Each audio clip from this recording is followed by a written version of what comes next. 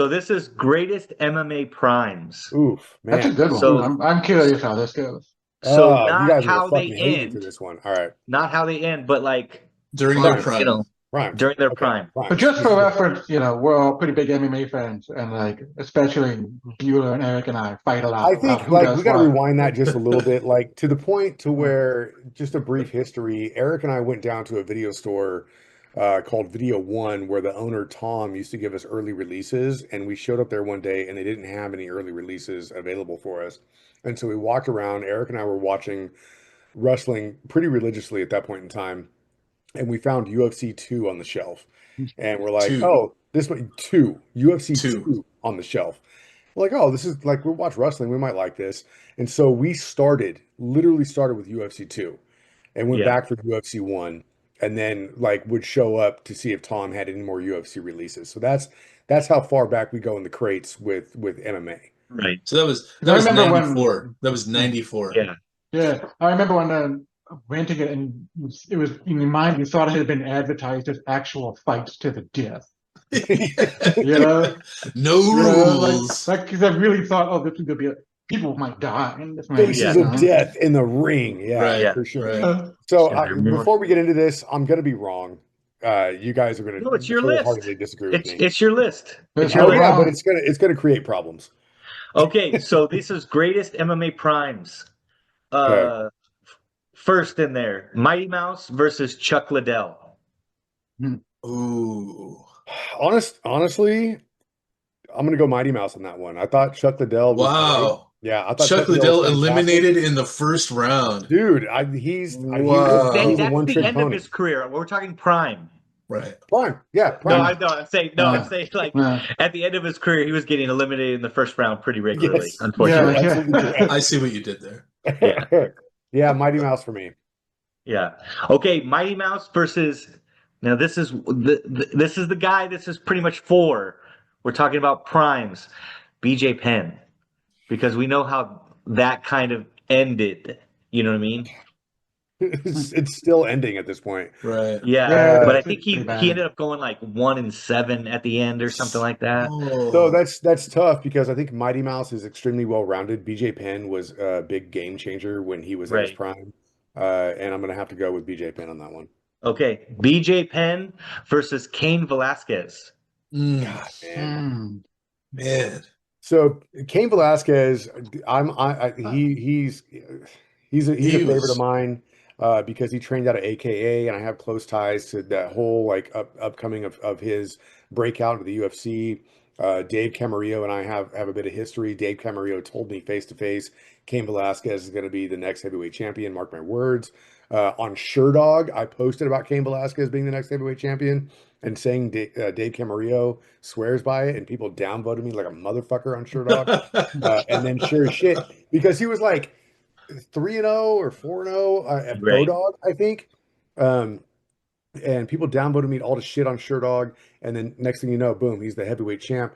But again, I think it's BJ Penn, dude. I think it's BJ Penn. I mean, Okay, unfortunately, he missed his prime, he like a lot of did. it. That's He part of the yeah, did. Yeah. problem. that's true. A lot He of lost like a year and a half. Oh yeah. yeah. Okay, BJ Penn versus Anderson Silva. That's another tough one too. I remember when Anderson Silva transitioned over from Pride into UFC, and his first fight was Chris Lieben. Chris Um, Lieben, remember that yeah, one? Where he yeah, hit him like he was like 41 for 41 in strikes. Yeah. dude. And so Anderson Uh, Silva coming over, there was a big highlight of him from Pride getting caught in a heel hook, and everybody was like, "Oh, he's." Was it Gomi that caught him? I don't know. No, Gomi's too light. Yeah, Somebody caught too him in a late. heel hook, I know who you're and talking about, but yeah, the the name name escapes escapes me. me, dude. Yeah, And that was his highlight coming over, and everyone's like, "Oh, Chris Lieben's gonna fucking melt this guy," and I'm like, "I don't know, yeah. I don't know." His striking's pretty precise, and he came in and just beat the shit out of Dude, he was a steel-headed Lieben. sniper, dude. He was a Yeah, Uh, sniper. went on to just be a and then just phenom. like the next 10 fights after that, yeah. just Fuck, dude. destroying But guys. to be fair, I think everyone goes like 41 out of strike with Lieben, but nobody puts him down. Yeah, He's one of the Uh, ones who likes to uh, get hit to wake up, but he got hit too yeah, many uh, times and went back yeah. to sleep. I'm gonna go with Anderson Silva, dude. His Matrix Okay, style fighting was phenomenal. Anderson Silva versus Hoist Gracie. Oh, It's Anderson Silva. Okay. And we know that And- the backstory with Hoist Gracie. Like he was great to break out Brazilian Jiu-Jitsu, but like right. no. Yeah. Anderson Silva versus John Jones. I got to put my personal opinion aside.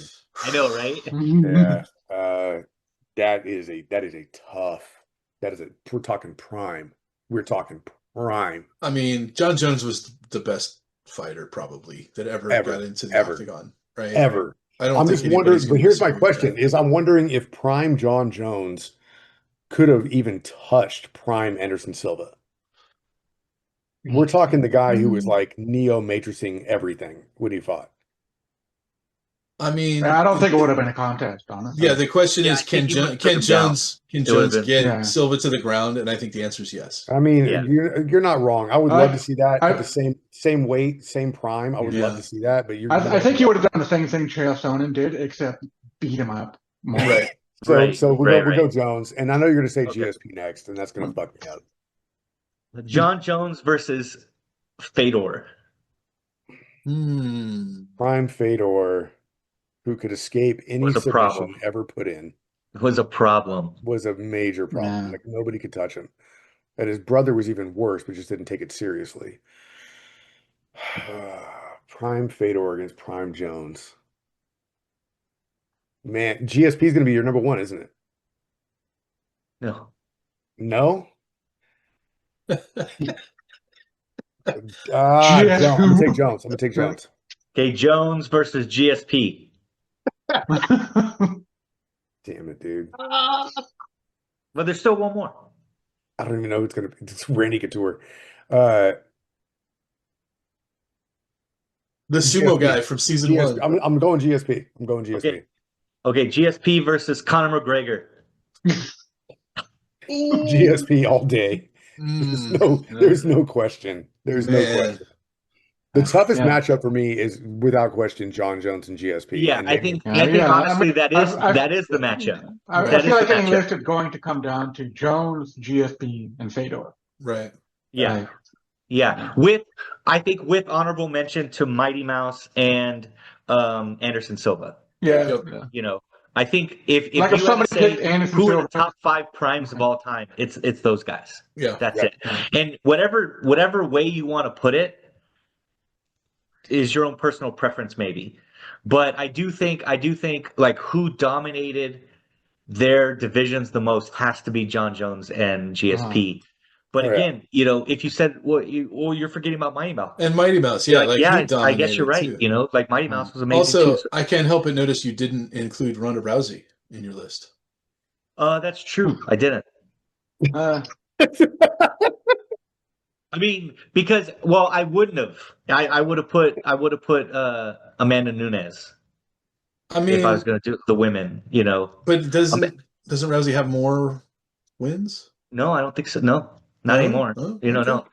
no, and you know, and she was obviously a trailblazer and stuff, but you know, getting into the nitty gritty of MMA, you know, because like Bueller said, we used to talk about it a lot. In fact, Bueller had a show called Split Decision, Right. which I named. The Truth. That's truth. you know, Ronda, her downfall was, you know, Right.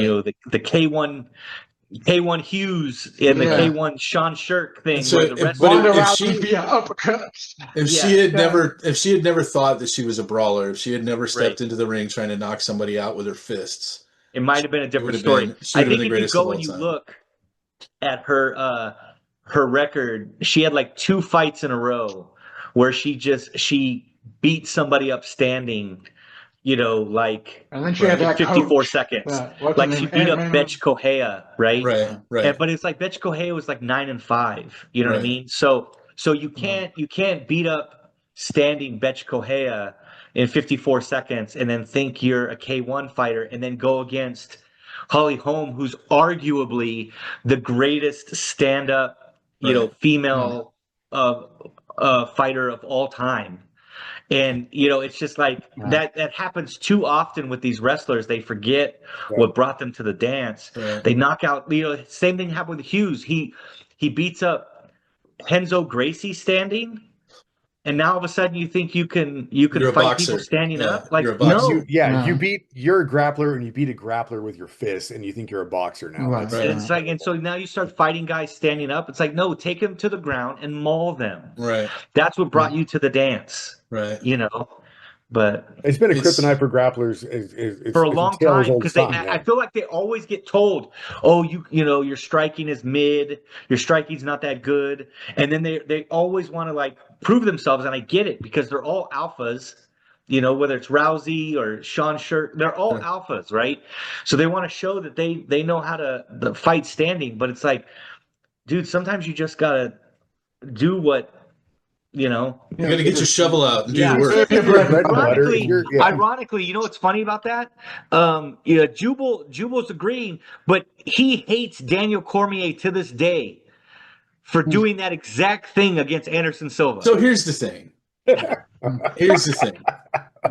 don't like Cormier because he's a dick, right? But only a dick would do that to Anderson Silva. Like, this is the guy's last fight. And you're just gonna lay your stomach on him for Russell 2 rounds. Fuck him, is what we used to say. Russell fuck.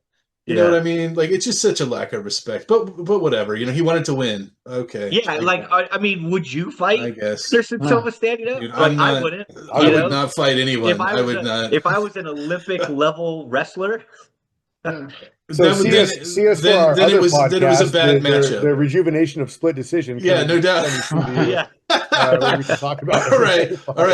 Yeah, and he was a replacement too, wasn't he? Anderson Silva. I believe he John was. Jones. Yeah. Something like that. Yeah. So I would like to say, just before we end, DC's not a dick. I've met him at wrestling tournaments. He's a very nice guy. I don't subscribe to that. Maybe he's no longer a dick, but I really thought he was a dick after that fight. I was like, that's what a dick would do. So, I just feel like that's what a smart man would do. Whatever. Okay. I get what you're saying though. It's like, give him a fighting chance. Yeah. But see what you got. See what you got. You're fighting Anderson Silva. See what you got. Do you think Anderson Silva would have given him a chance on the feet? He doesn't punch my face off. That's what I've. Yeah. I don't know. I don't know. Hey, you know what we're having here? We're having a split decision on this.